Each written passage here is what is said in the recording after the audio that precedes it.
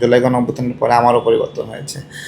আমি আমার নিজের একটা অফিস ছিল না বসার, আমি এখানে বসি। আমাদের সভাপতি এই জায়গাটাতে সুযোগ করে দিয়েছেন, এই অফিসটা বানিয়ে দিয়েছেন। জনতা পার্টির সভাপতি তিনি আমাদের পার্টি অফিসটাও সুন্দরভাবে সাজিয়ে দিয়েছেন। আমাদেরও অনেক কিছু পরিবর্তন হয়েছে। আমি গাড়ি কিনেছি জুলাই গণঅভ্যুত্থানের পরে। আমার পরিবর্তন হয়নি তা না। পার্থক্য হলো আমি কষ্ট করে গাড়িটা কিনছি।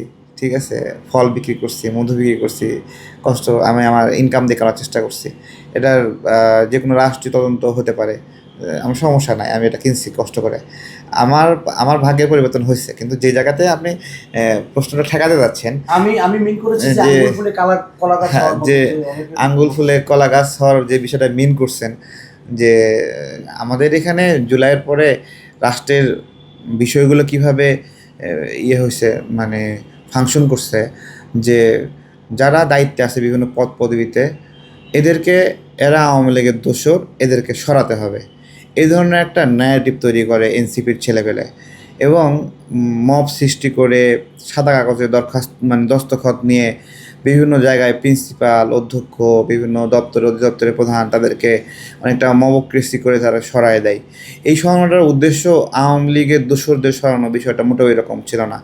যেই ব্যক্তিটা শেখ হাসিনার ছবি নিয়ে সরকারি কর্মকর্তা একটা প্রোগ্রাম করছে, এটা তো তাকে করতে হয়েছে স্বাভাবিকভাবে। তার মানে সে আওয়ামী লীগকে ধারণ করে লালন করে, বিষয়টা এরকম না। কিন্তু ওই ছবির জন্য যে মানুষগুলো চাকরি থেকে বাদ দেওয়া, হয়রানি করা, এইটাকে বেসিক্যালি আওয়ামী লীগের দোসরদের শাস্তি দিতে, বিষয়টা এরকম না। এখানে একটা মধু পাই এনসিপির ছেলে পেলে।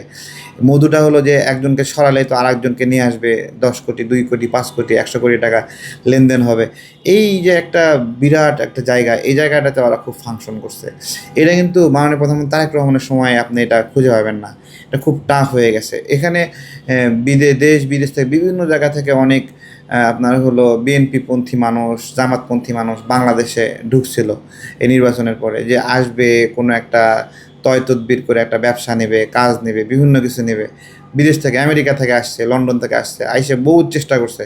কিন্তু মানে মাননীয় প্রধানমন্ত্রী এত কৌশলে কাজ করছে, এবং তারা এখানে আসছিল যেভাবে বীর দর্পে, এখান থেকে আবার হতাশ হয়ে চলে গেছে, আবার আমেরিকায় চলে গেছে, লন্ডনে চলে গেছে, তুরস্কে চলে গেছে। হ্যাঁ, তারা কিন্তু কুলকিনারা করতে পারে নাই। সুতরাং ওই যে ডক্টর ইউনূসের সময় যে উন্মুক্ত তদবির বাণিজ্য, যেটা কোটি কোটি টাকা চেক সচিবালয়ে পাওয়া গেল, সেটা কিন্তু এখন পাওয়া যাচ্ছে না। এটাই একটা গণতান্ত্রিক সরকার, জনগণের নির্বাচিত সরকারের একটা হিম্মত, যে ধাক্কা দিয়ে, এত সোজা না সালাউদ্দিন ভাইয়ের দপ্তরে গিয়ে আপনি একটা পুলিশ বদলি করে ফেলবেন, যান দেখি, এত সোজা না। ঠিক আছে? এখানে আপনার হলো মির্জা ফখরুল ইসলাম আলমগীর ভাই যে দপ্তর দায়িত্ব পালন করতেছে, মানে ধাক্কা দিয়ে মানে কোনো অফিসারে সরাতে পারবে? ক্ষমতা আছে? খসরু ভাই অর্থ মন্ত্রণালয় আছে, ধাক্কা দিয়ে কোনো ব্যাংকের কর্মকর্তাকে সরাতে পারবে? সরাতে পারবে? পারবে নি খসরু ভাই দপ্তরে? পারবে না। এরকম এক একটা দপ্তরে এক একটা এত শক্তিশালী ব্যক্তি দাঁড়ায় আছে, যে নড়াচড়া, যে আইন মন্ত্রণালয়ে যাক না, আসাদুজ্জামান ভাই আছে, ওনার চেয়ে মানে কঠিন মানুষ আর দুনিয়াতে নাই, এরকম আমার কাছে মনে হয়। ঠিক আছে? উনি যখন অ্যাটর্নি জেনারেল ছিল, আমার ছাত্রদের একটা দাবি নিয়ে ওনারা মামলা করছিল, আমাকে বলছিল যে স্যারকে একটু বলেন এই মামলা বিষয়ে। কারণ উনি সরাসরি বলতেছে যে মামলা লড়ে আসো, তোমরা সঠিক আসো, ভালো, তোমরা যৌক্তিক, তাহলে মামলা জিতবা, সমস্যা কি? তোমরা আমাকে দেও কেন বলাও? মানে সম্ভব না। এই জায়গাতে রাষ্ট্রের যে মন্ত্রণালয়গুলো যে কঠিনভাবে নিয়ন্ত্রিত হচ্ছে, স্বাস্থ্যমন্ত্রীকে সব ডাক্তার সব জমের মতো ভয় পায়, সোজা হয়ে যায়, যে হাসপাতালে ঢোকে সব থরথর করে কাঁপে। তো তো ওই পরিস্থিতি নাই। তো আল্লাহর রহমত যে ডেভেলপমেন্ট হচ্ছে, আমরা হয়তো বা হাতে নাতে পাইতে একটু সময় লাগবে, কিন্তু এর সুফল এদেশের মানুষ পাবে।